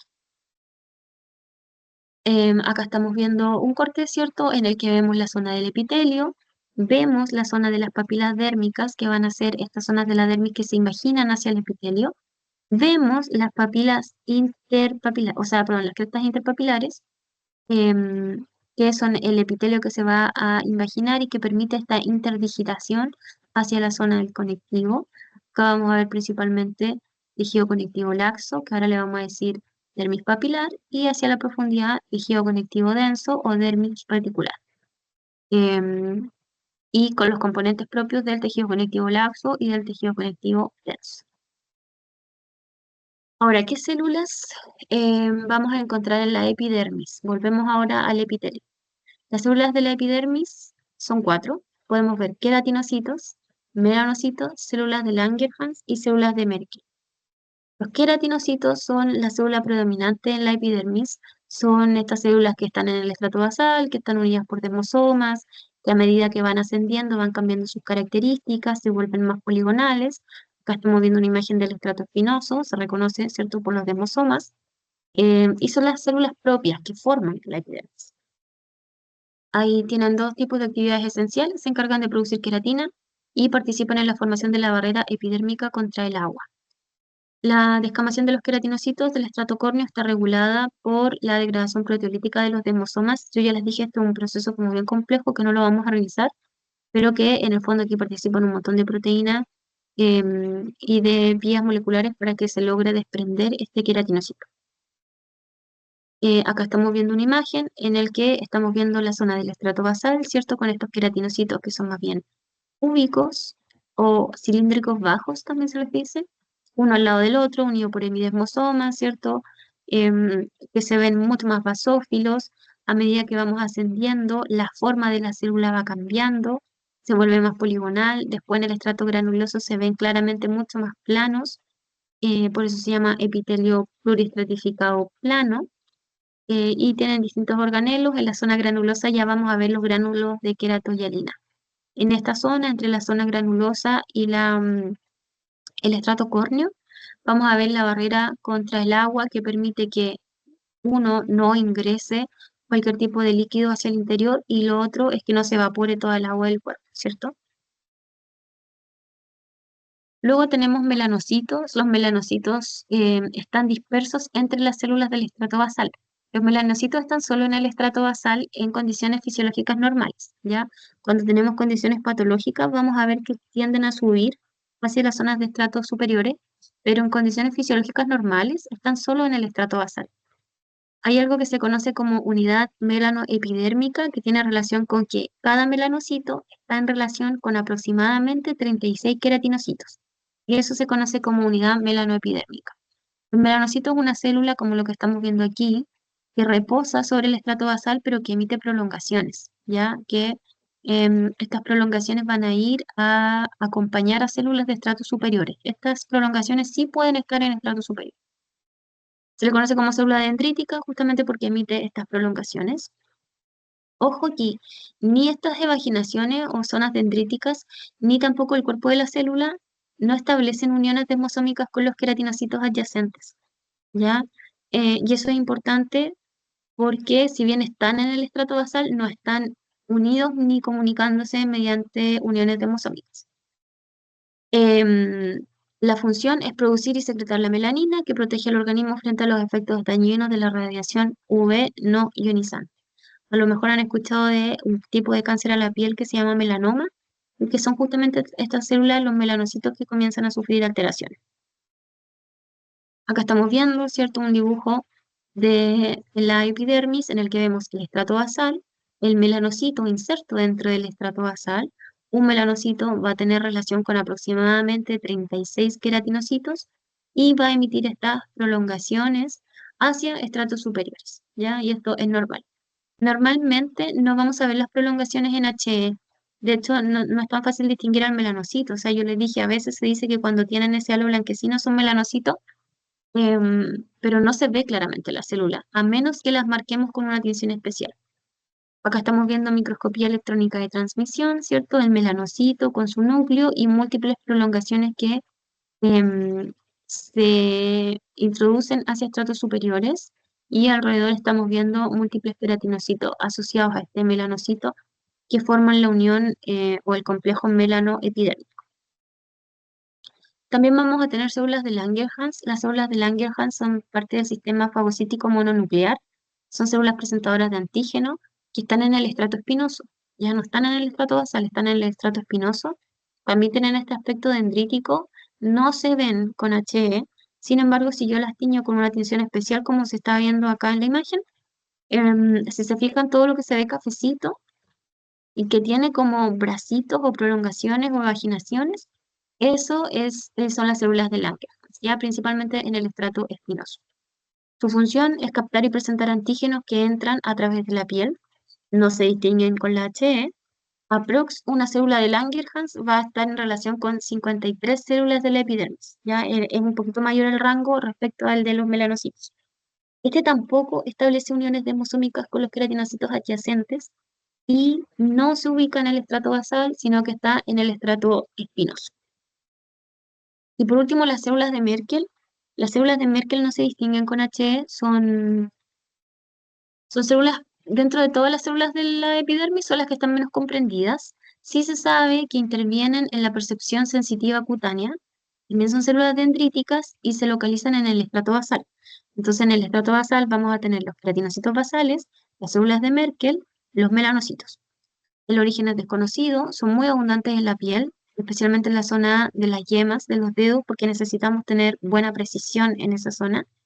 Están unidas a los queratinocitos mediante desmosomas. Estas sí establecen uniones desmosómicas con los queratinocitos, em, y contienen filamentos intermedios en su citoplasma para poder unirse mediante desmosomas, ¿ya? El citoplasma se caracteriza por la presencia de gránulos de neurosecreción, pero que se ven en el microscopio electrónico, ya como lo que estamos viendo acá, que tenemos un núcleo prominente, extenso, y en la zona del citoplasma se ven algunos gránulos. Luego vamos a revisar la inervación de la piel. La inervación de la piel es importante porque obviamente nos va a proteger y nos va a entregar mucha información del medio externo. La piel está dotada de distintos tipos de receptores, em, que los vamos a ver ahora, y está inervada por terminaciones nerviosas motoras para vasos sanguíneos, músculos erectores del pelo y glándulas sudoríparas. Acá estamos viendo un esquema que sí, no lo vamos a ver después. En este esquema estamos viendo los distintos tipos de receptores sensoriales que hay en piel. Entonces, por ejemplo, en la imagen A estamos viendo algo que se conoce como terminaciones nerviosas libres. Vamos a revisar cada uno de estos ahora. Tenemos terminaciones nerviosas libres. En la imagen B estamos viendo corpúsculos de Merkel que están asociados, son las células de Merkel que están en el estrato basal, pero que se asocian a alguna terminación nerviosa. En la imagen C estamos viendo algo que se conoce como el corpúsculo de Pacini o Pacini. En la imagen D estamos viendo el bulbo terminal de Krauss, esto.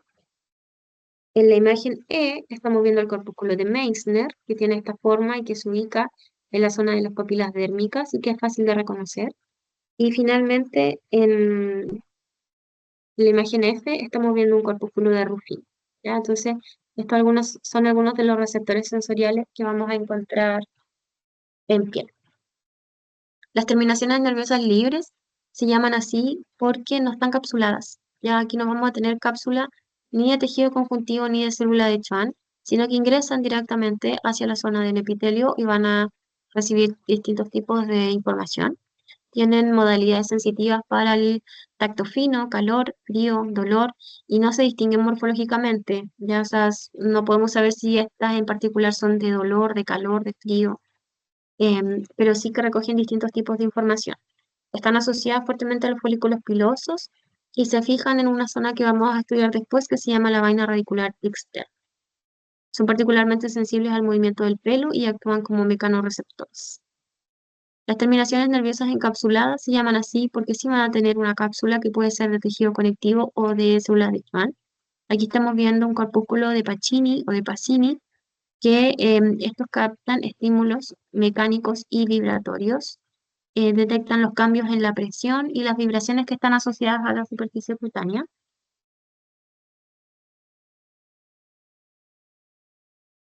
Son estructuras que se ven ovoides, grandes, circunferenciales, em, como lo que se ve acá, como circunferenciales medias concéntricas y que son fáciles también de reconocer en el tejido conectivo.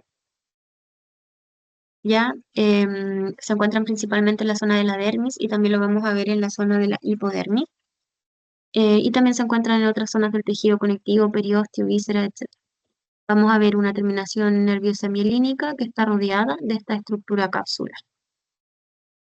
Los corpúsculos de Meissner son receptores para el tacto. El corpúsculo de Meissner se ubica en la zona de las papilas dérmicas y se reconoce fácilmente.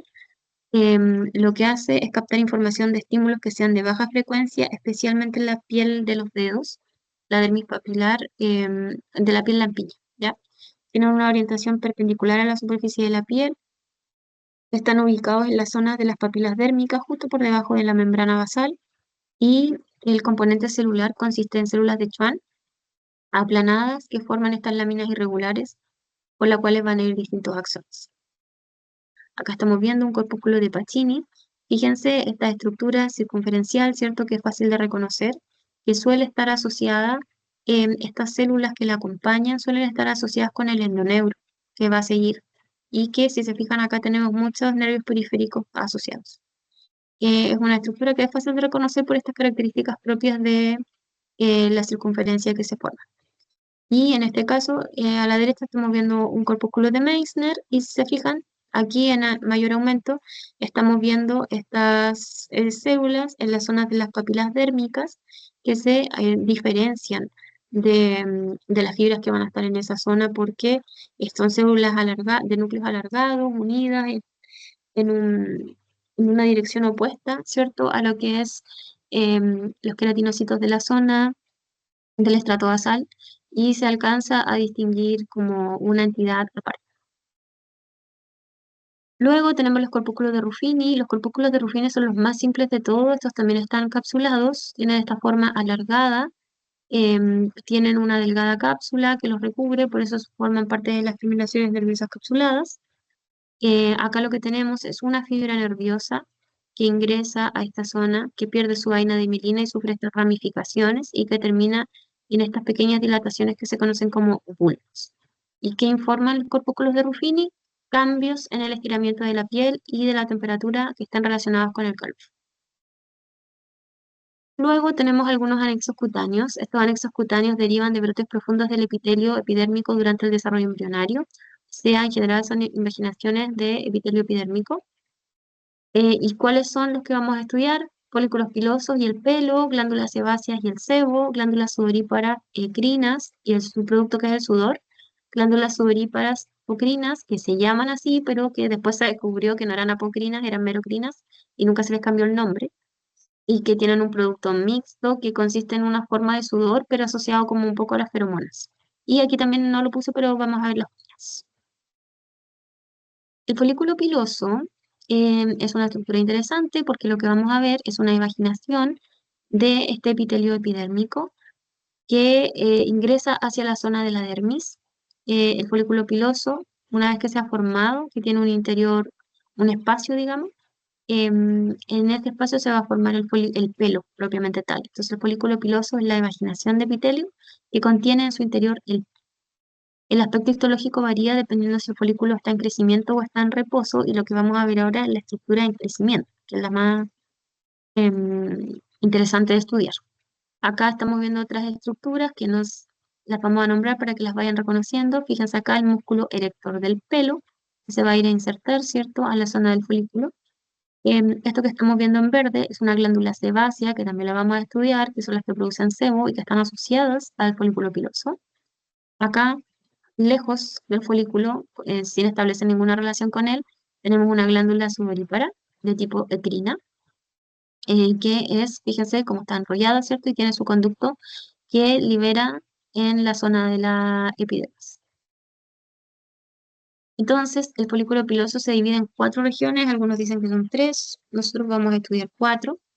La zona del infundíbulo, que es la zona superior, que va desde el orificio superficial, en la zona de la epidermis, hasta el orificio donde drena la glándula sebácea. Hasta aquí, eso es infundíbulo. Esta glándula sebácea, ya dijimos, está asociada al pelo y su secreción la libera en esta zona del folículo piloso.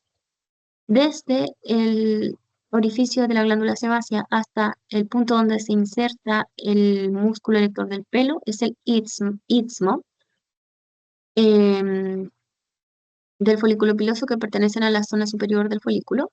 Luego tenemos la zona inferior. La zona inferior, algunos la dividen en la supravulvar y otros en el bulbo. Acá hay una estructura importante que no se ve tan bien, que es la zona de la protuberancia, que se ve mejor en la imagen que vamos a ver en la siguiente diapositiva. Y después tenemos la zona del bulbo, que es esta zona donde se amplía un poco el diámetro del folículo. Entonces, acá tenemos nuevamente la glándula sebácea, ¿cierto? La zona del infundíbulo, desde el orificio externo hasta la zona donde drena la glándula sebácea. Luego tenemos el istmo, que va desde donde drena la glándula sebácea hasta la zona donde se inserta el músculo erector del pelo, que acá no está dibujado, pero que está cercano a la glándula sebácea. Luego tenemos algo que se llama la protuberancia folicular, y esta protuberancia folicular se ve como prominente. Acá hay células madre de la epidermis que permiten el crecimiento del pelo y del folículo, o sea, la formación del folículo en su momento. Y después tenemos la zona inferior, donde va a estar el bulbo piloso. Este segmento inferior, bulbo piloso, tiene un diámetro que se amplía o se expande en la parte inferior. Aquí vamos a ver la papila dérmica, la zona de la papila dérmica, que está como imaginación, que se produce, y vamos a ver algunas células pilosas matriciales, que son las que dan origen al pelo. Acá estamos viendo un esquema que yo lo puse aquí en grande. Se los voy a dejar también en la guía, pero lo voy a seccionar ahora para que podamos estudiar. Acá tenemos estructuras importantes: el folículo piloso, propiamente tal, este espacio de imaginación de epitelio, y el pelo, que son cosas distintas. El pelo, sobre todo si es pelo grueso, está formado por médula, por corteza y por cutícula. Y el folículo piloso está formado por una vaina radicular interna, que tiene sus partes, una vaina radicular externa y esta zona de membrana vítrea, que corresponde a membrana basal especializada. Entonces, acá yo seccioné la imagen para que podamos estudiar la zona de la médula, que se ve solamente, es la parte central y se ve solamente en pelo grueso. Luego tenemos la zona de la corteza, que constituye alrededor del 80% de la masa total del pelo, y tenemos la zona de la cutícula. Zona de la corteza y la zona de la cutícula son los componentes queratinizados del pelo, ¿ya?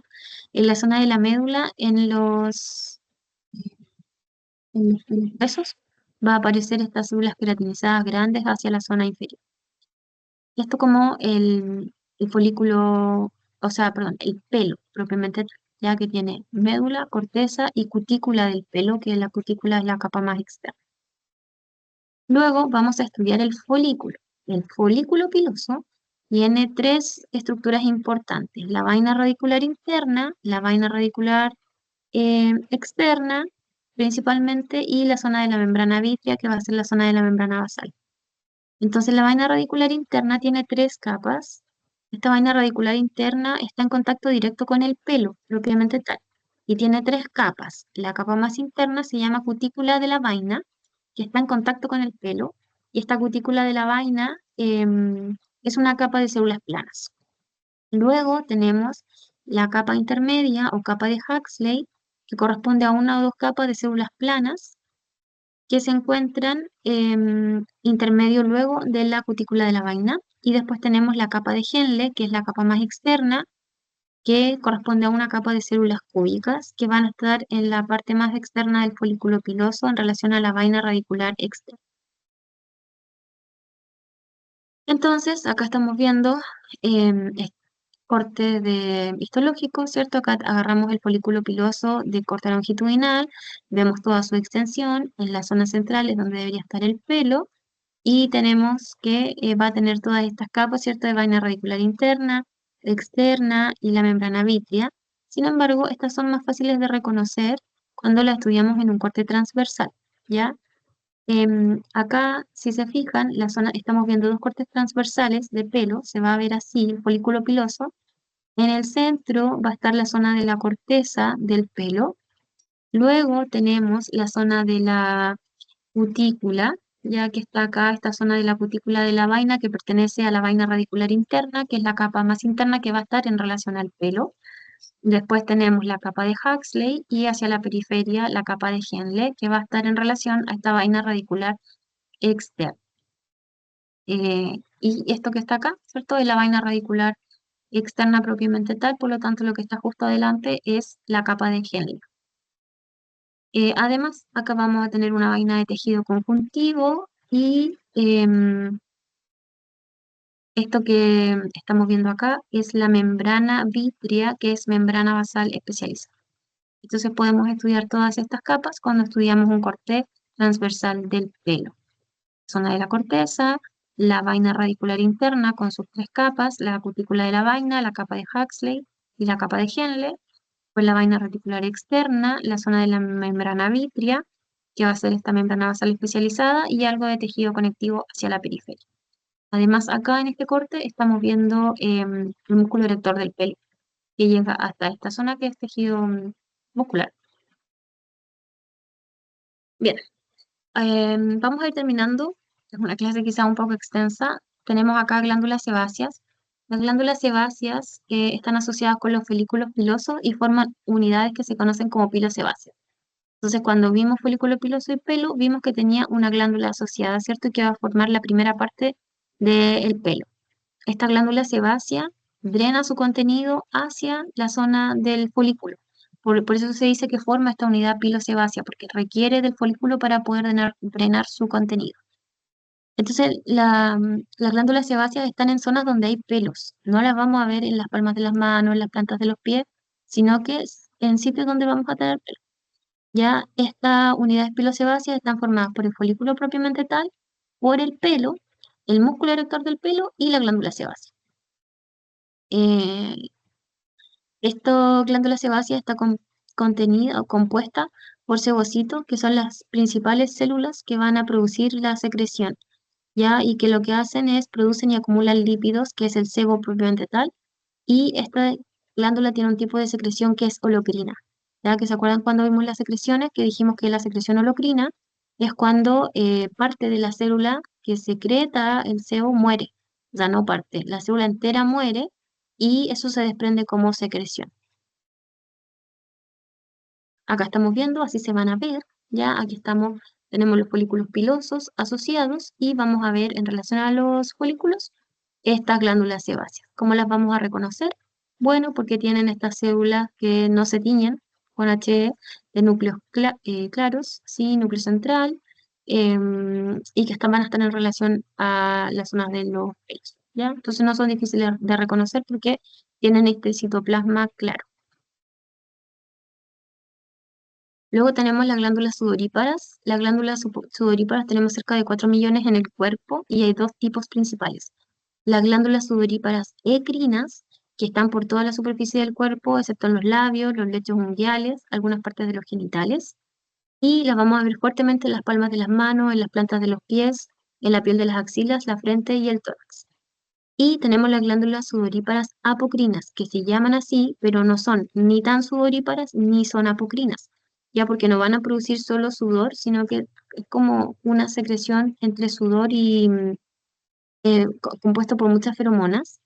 Y no son apocrinas porque después se descubrió que su mecanismo de secreción era merocrino, ¿ya? Entonces, pero no se les ha cambiado el nombre y se localizan en la zona de la axila, la areola, el pezón de la glándula mamaria, la región perianal y los genitales externos, o sea, zonas genitales en general, ya asociadas al sistema genital.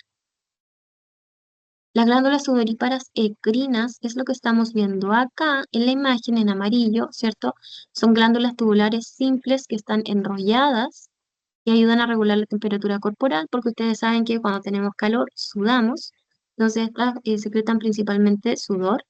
Vamos a tener un segmento secretor, que es la glándula propiamente tal, que está situado en la dermis profunda, o también puede estar en la parte superior de la hipodermis.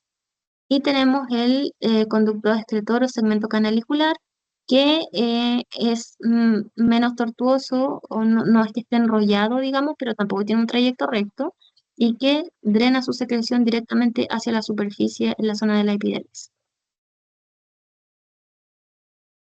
La función es regular la temperatura a través del enfriamiento causado por la evaporación del sudor y en la piel de la palma de las manos y las plantas de los pies aumenta la fuerza de agarre. Cuando se pone nervioso uno de repente y sudan las manos, son estas glándulas las encargadas de esa secreción, ¿ya? La glándula propiamente tal tiene tres tipos celulares, células claras y células oscuras que corresponden a las células que van a secretar el sudor. Y también tenemos células mioepiteliales, que son células epiteliales con características contráctiles de tejido muscular liso, que se van a localizar hacia la periferia. Ya vamos a ver algunas imágenes ahora. Todas las células se encuentran en contacto con la membrana basal, por lo tanto tiene características de epitelio pseudoestratigráfico. Entonces lo que estamos viendo acá es muchas de estas adenómeros secretores, ¿cierto? Las células que estamos viendo al interior son las células claras y células oscuras, que son las que van a formar el sudor propiamente tal, y lo que estamos viendo hacia la periferia, que se ve más eosinófilo, perdón, y que tiene núcleos más aplanados con forma de semiluna, acá se ve uno claramente, son las células mioepiteliales. Las mioepiteliales tienen la capacidad de poder contraerse y por lo tanto ayudan a que la célula libere su secreción, ¿ya? Acá estamos viendo de números secretores, ¿cierto? Con estas células en su interior y que se reconocen porque tienen estas células mioepiteliales periféricas. Siempre la célula mioepitelial va a estar hacia la zona periférica cuando la vemos en el corte transversal, pero recuerden que acá todas las células están en contacto con la membrana basal. En el caso del conducto excretor, que es lo que estamos viendo un poquito más basófilo, con núcleos superbasófilos, es un epitelio de tipo cúbico estratificado y estos conductos excretores no tienen células mioepiteliales asociadas. Eso es solamente propio del adenómero. Acá en los otros cortes estamos viendo lo mismo. Veamos en el corte de aumento mayor, fíjense cómo tenemos este adenómero con estas células que son las células secretoras, hay un lumen central, y en la periferia estamos viendo estas células mioepiteliales. Fíjense acá cómo son núcleos con forma de semiluna, se describen, y que están bien periféricos, ¿cierto? Y que son un poquito alargados. Acá estamos viendo un conducto excretor que se reconoce porque no tiene células mioepiteliales, los núcleos son más basófilos y además es un epitelio cúbico biestratificado. Y las glándulas sudoríparas apocrinas Esas también son glándulas tubulares enrolladas, pero estas sí están asociadas al folículo piloso. ¿Ya? Entonces tenemos las ecrinas que no están asociadas al folículo piloso, las sebáceas que sí están asociadas y las sudoríparas apocrinas que también están asociadas al folículo piloso. Em, Esta secreción también va a drenar en la zona del folículo, ya justo por encima de la glándula sebácea. Entonces el folículo ayuda a la secreción de dos glándulas, la sebácea y la sudorípara apocrina. Pero ya sabemos que no tiene secreción apocrina, sino que tiene secreción merocrina. La porción secretora de esta glándula está ubicada en la zona de la dermis profunda y también puede estar en la zona de la hipodermis. Y acá estamos viendo esto. Como esto está asociado a folículo piloso, yo lo voy a ver en zonas donde hay folículos pilosos, ¿ya? Y fíjense cómo se reconocen porque tienen un lumen súper grande. Entonces, es todo esto que estamos viendo, como son tubulares enrolladas, cuando se produce, pasa el corte, vamos a ver como múltiples estructuras, pero en realidad corresponde a los múltiples enrollamientos que tiene la glándula. Y se reconoce porque es un lumen súper amplio. Entonces, lo que más estamos viendo es la luz como al interior de la zona de la glándula. ¿Ya? Y como dije, esto tienen que buscarlo en zonas de pelo. Si estamos viendo piel de las manos, por ejemplo, de la palma de las manos, la planta de los pies, no vamos a ver este tipo de glándulas. ¿Cuál es la diferencia? Acá estamos haciendo una comparación entre las ecrinas y las apocrinas, las zonas donde se encuentran, principalmente las ecrinas en las palmas de las manos, en axila, en las plantas de los pies, y lo que vamos a ver son células de calibre pequeño en comparación con las células apocrinas que tienen un lumen mucho mayor. Las ecrinas son más pequeñas, va a estar constituida por células secretoras, claras, oscuras, y células miopiteliales que se localizan en la periferia, un lumen pequeño, ¿cierto? La secreción es merocrina y en las células apocrinas la secreción también es merocrina. También vamos a tener células mioepiteliales, pero vamos a tener un lumen mucho mayor que nos ayuda a poder distinguirlas. Y además que la vamos a ver en zonas de localización de los pelos. Fíjense acá en el esquema donde está representado cerca de la oreja, en la zona, algunas zonas de la cara, la axila y principalmente zonas púbicas y también zonas asociadas a la areola o la glándula mamaria. Acá un resumen ya de lo que podemos encontrar dentro de los anexos cutáneos. El folículo piloso, ¿cierto? Este epitelio que se invagina, que contiene el pelo, que lo podemos ver en corte longitudinal y lo vamos a ver alargado, o lo podemos ver en corte transversal y ahí vamos a ver todas estas capas, desde la corteza a la vaina radicular interna, la vaina radicular externa y el tejido conectivo que va por fuera. Vamos a ver, fíjense acá cómo estamos ya profundo en la hipodermis, porque estamos viendo principalmente tejido adiposo. Vamos a poder ver glándulas sebáceas que están asociadas al pelo, que drenan en la zona del folículo, ya hay que se reconocen porque las glándulas sebáceas son em, muy claritas, no se tiñen, por lo tanto se ven blancas en la tinción de rutina. Las vamos a ver siempre cercanas a zonas de pelo. Estamos viendo algo de músculo erector del pelo. Em, y poco más, bueno, tejido adiposo. En el pelo podemos reconocer todos los componentes ya estudiados, ¿cierto? Acá en la zona del bulbo piloso. Y un dibujo acá con un poco más de detalle de lo mismo. Tenemos la epidermis, la zona de la dermis, la glándula sebácea y la glándula apocrina asociada al folículo piloso que van a ir a drenar ahí. Tenemos el músculo erector del pelo, tenemos la glándula ecrina no asociada a folículo piloso, tenemos los distintos componentes del pelo y tenemos también las distintas zonas del folículo piloso. Y por último vamos a terminar esta clase que ha durado 1 hora 34. Vamos a hablar de la uña. La uña, como está en exocutáneo, no tenemos lámina para estudiar en el microscopio, pero sí podemos conocer algunas partes importantes de la composición de la uña.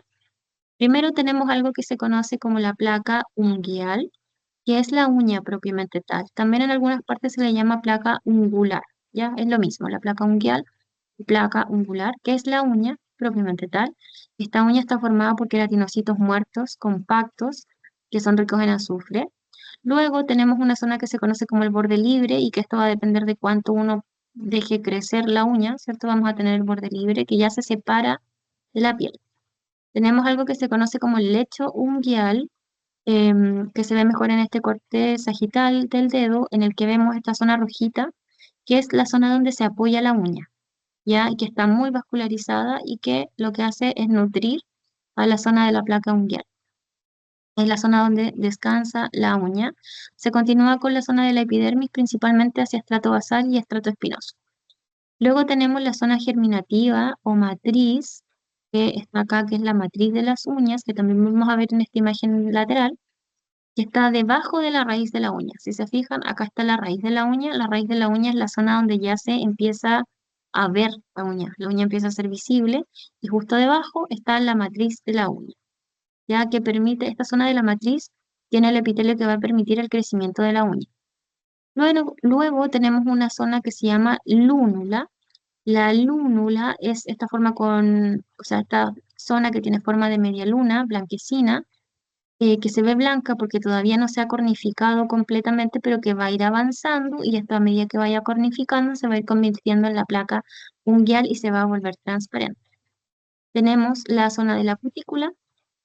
La cutícula es un pliegue de piel muy delgado que es extensión del estrato córneo que va a ir a sellar el espacio entre la piel y la uña, ya para que generando ahí una barrera de protección. Tenemos el eponiquio, que lo estamos viendo acá, cerca de la lúnula. El eponiquio es el pliegue epitelial que cubre la base de la uña. Tenemos el paroniquio, que es el borde lateral de la uña.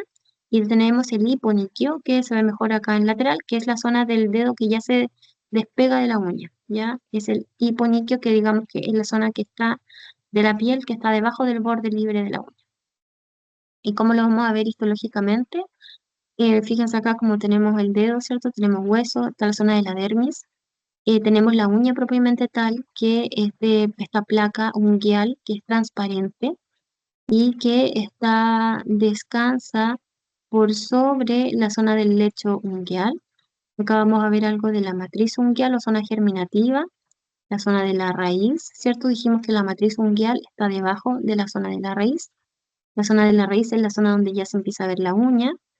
Y acá alcanzamos a ver algo de hiponiquio, ¿cierto? Que es esta zona que ya está en relación al borde libre, pero que está despegada de la uña. Acá fíjense cómo está destacado el estrato lúcido. Dijimos que en la piel gruesa hay 5 estratos, y dentro de eso está el estrato lúcido, que es una zona del estrato córneo que está más cerca de la capa granulosa y que se ve un poco más paliducha, por eso se llama estrato lúcido. No es fácil encontrar fotos, no siempre se ve, incluso aunque sea piel gruesa, no siempre se ve, y algunos ni siquiera dicen que es un estrato, sino que dicen que es producto del artefacto. Ya, pero acá está señalado para que lo vea. Y con eso terminamos la clase que es de sistema cardiovascular, con un fuerte énfasis en sistema circulatorio y sistema tegumentario.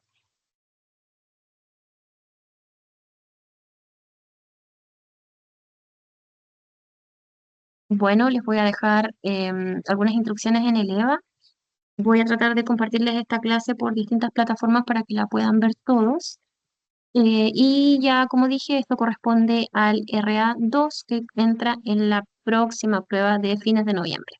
Así que estén muy bien, disfruten estas fechas con sus seres queridos o donde sea que estén y también aprovechen de estudiar un poquito. Que estén muy bien, chao, chao.